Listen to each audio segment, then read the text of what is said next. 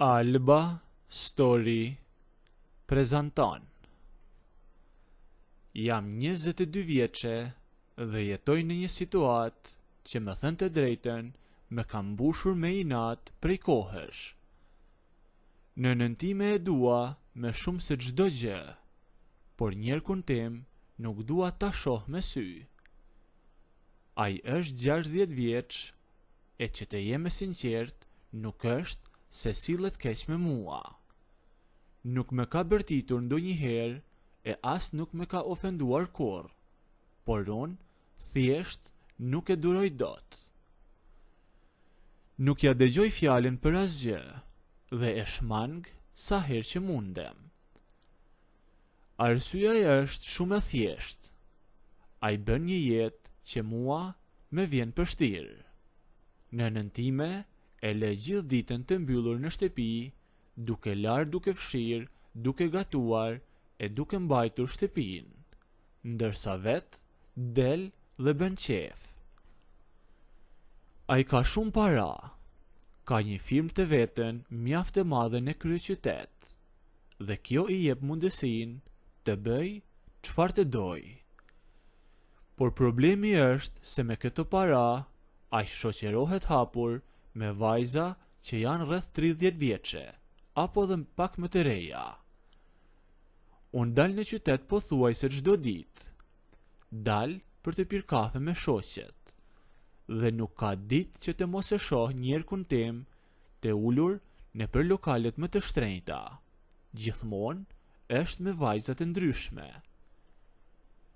Është një gjë që më bën të ndihem shumë keq për nënën time, e cila e ka lënë veten pas dore plotësisht, ndërsa ky blen dhurata lart e poshtë për njerëz të panjohur.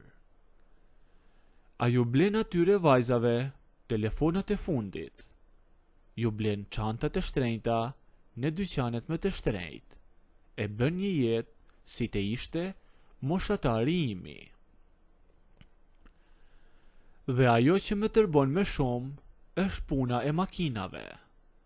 Njerku ka 4 makina të shtrenjta, jo do si do, por ka makina luksoze që i mban të parkuara në oborrin ton.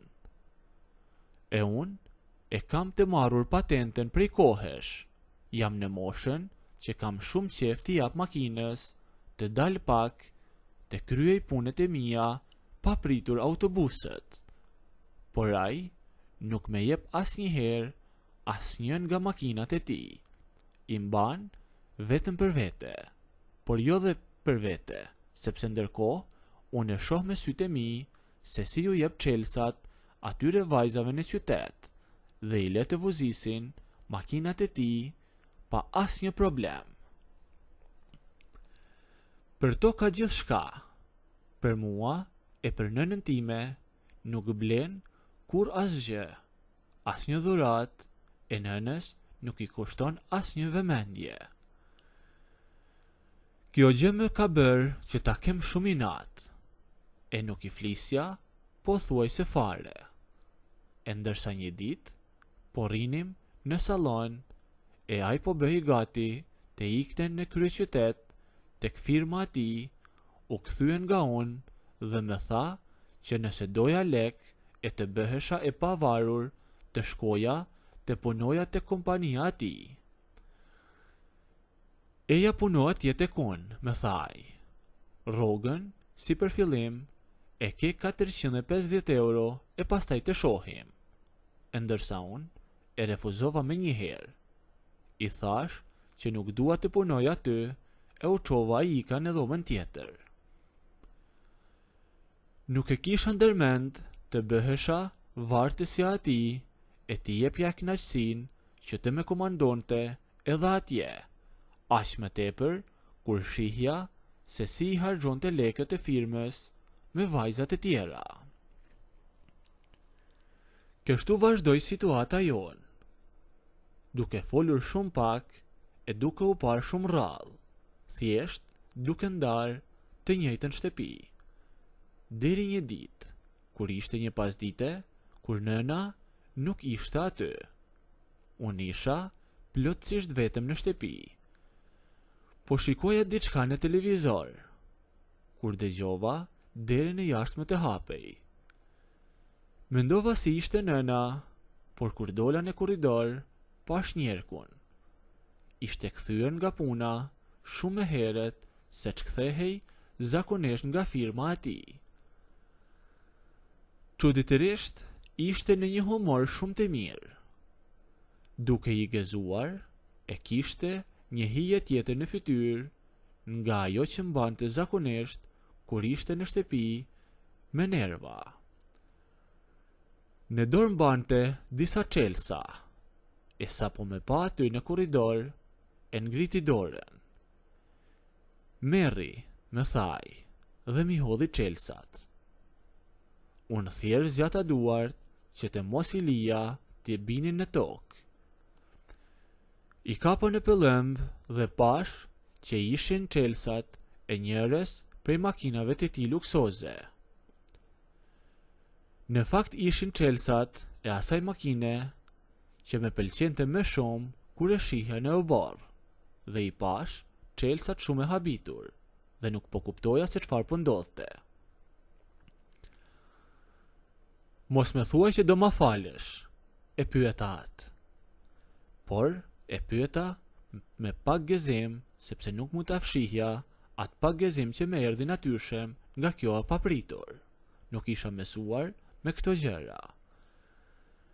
Jo, më thaj, se kam dërmend të ta fali, por merri çelësat, e shfrytëzoja makinën sa herë të duash, zëre sikur është e jotja.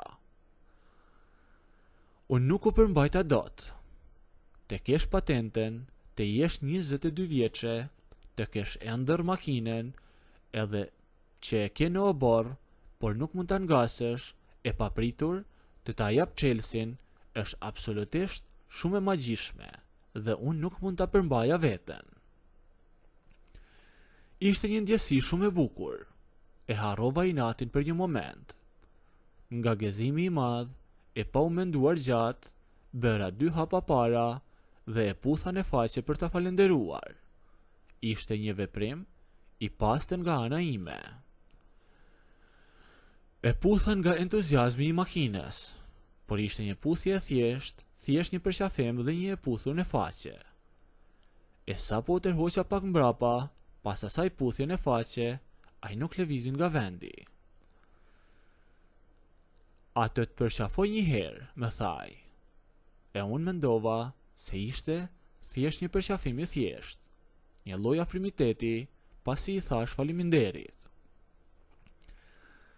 Ai hodhi krahet rreth meje dhe me përqafoi, por pastaj, pa asnjë paralajmërim, ai e ktheu kokën e me puthi pa pritur në buzë. Gjithçka ndodhi aq shpejt sa unë ngriva. S'po me besohej në ato momente, e me erdhi aq papritur sa që nuk lëviza as buzët e as duart, e nuk bëra as një gjest.